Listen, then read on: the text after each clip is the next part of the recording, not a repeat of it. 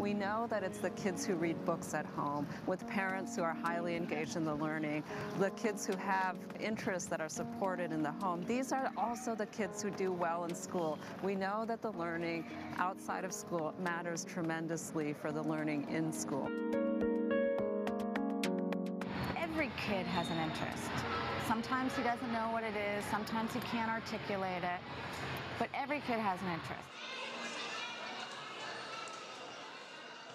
In this day and age, the responsibility of libraries, museums, schools, after-school programs, the type of institutions we work with, is to help kids identify those interests and then progress through that interest, become more advanced. It's just the same job as a tennis coach, the same job as a football coach.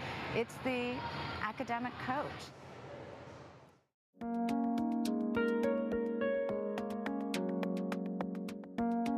We're going to find out all of your names. You guys introduce yourselves to each other. You'll be sitting at these tables together. I think the first thing we need to do is just talk about what we're doing today. And there's a challenge involved in being in this workshop. The whole workshop is a game. It's set up as a game. Their mission is to create a scavenger game for teenagers to play at the Smithsonian Institution. This is a cell phone text message-based scavenger. You receive your clues using your cell phone. We have to do a scavenger hunt, so we have to incorporate a mystery or it's not going to be that fun because people love mysteries and problem solving.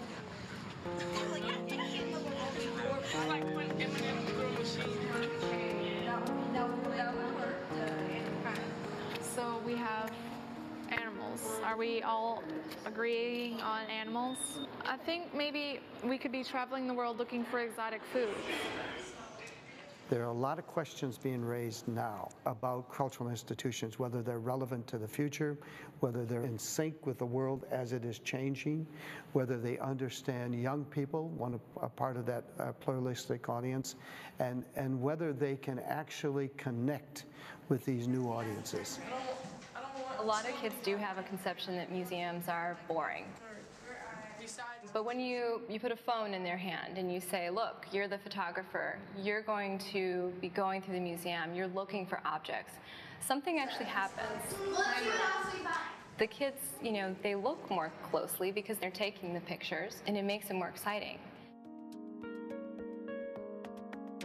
When we talk about mobile media, what's important, I think, for place-based learning is really the idea that it is mobile.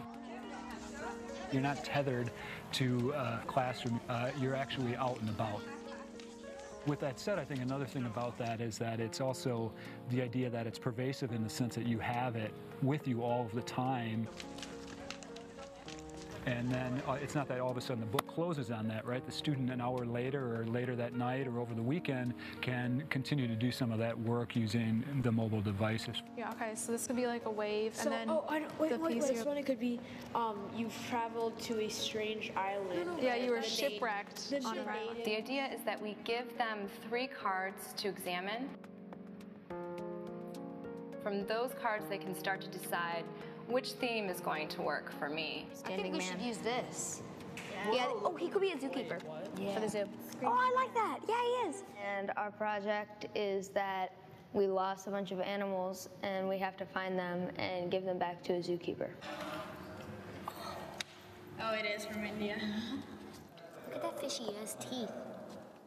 The game is having them have to look closer at the objects, have to learn about the objects to communicate information in their scavenger hunts, and it allows them to be more active and to have to take a role in their own experience. And I think the museums have failed often visitors by making it too passive and only exchanging information one way. So with the scavenger hunts, I think the creative process allows them to get more involved with it because they're participating. They're creating something using kind of the raw material of the Smithsonian's collection.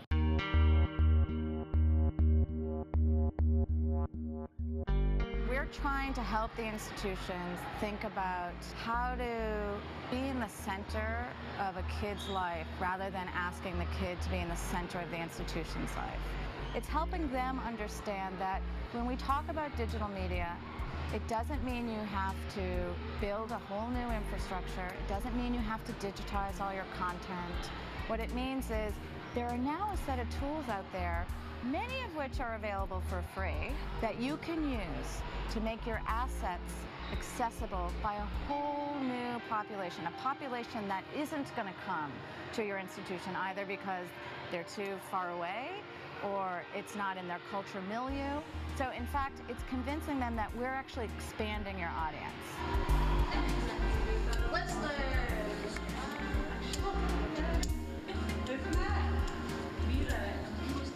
The story behind the peacocks. Whistler, I would like you to paint a small part of the kitchen while I'm gone. Okay, sounds great. So in the museum environment, they're learning interpretive skills, they're learning visual literacy, how to look at objects, how to look at artifacts, how to interpret them, and also how to translate their interpretation to the people who are playing their game. Part of the opportunity here is learning the content, which is very much the 20th century idea around education. But in 21st century, it's learning the tools and the skills of remaking that content and becoming the creator and the producer. And I think I would actually go further and say that more important even than going from consumption to production, it's going from production to participation. What does the shape of his head remind you of? It's a moon. It's a moon. That reminds me of that. That's correct. Well done. Find the key to the sun. We're doing the whole thing, but it's sort of a test because we're giving each other feedback.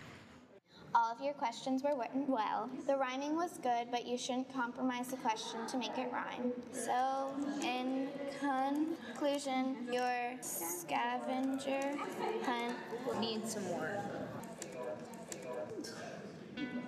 I think in a world of constant change, there is no one expert for most of what you're going to encounter.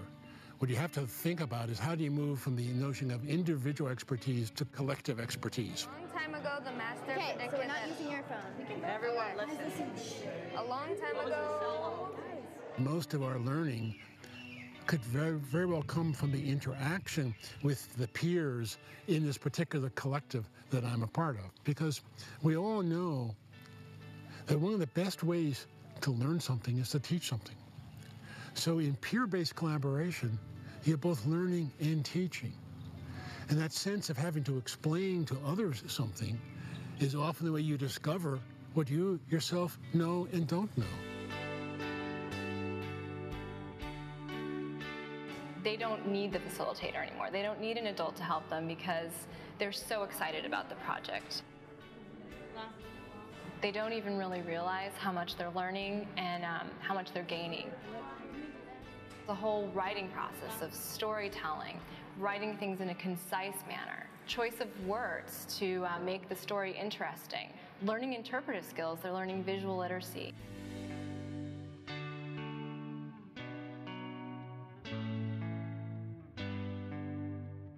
I think a lot of what's happening with this program is that the individual student is being empowered. And they're being empowered to sort of follow a different course maybe, or to follow a very personal sort of path to understanding what the great artists have always done. When I see how they use the technology, and I see how they, with a certain amount of enthusiasm and excitement, deal with this institution and deal with the collection and the work of these artists, I think we've just started. We've just scratched the surface of what can truly be accomplished. And the end result is going to be, they're going to feel more confident. They're going to be they're going to believe more in the creative process, and they're going to believe more in the fact that they can make a contribution to this world that is positive. And I think that's what's so important about all of this.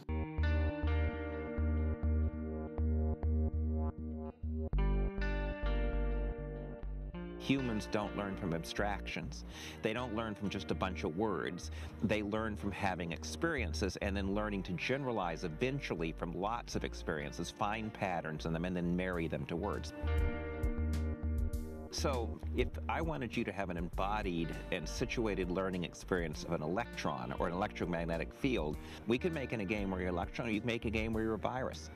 So the digital media allows you to have guided, well-designed experiences, better than you can do sometimes in the real world, because the real world isn't quite as malleable as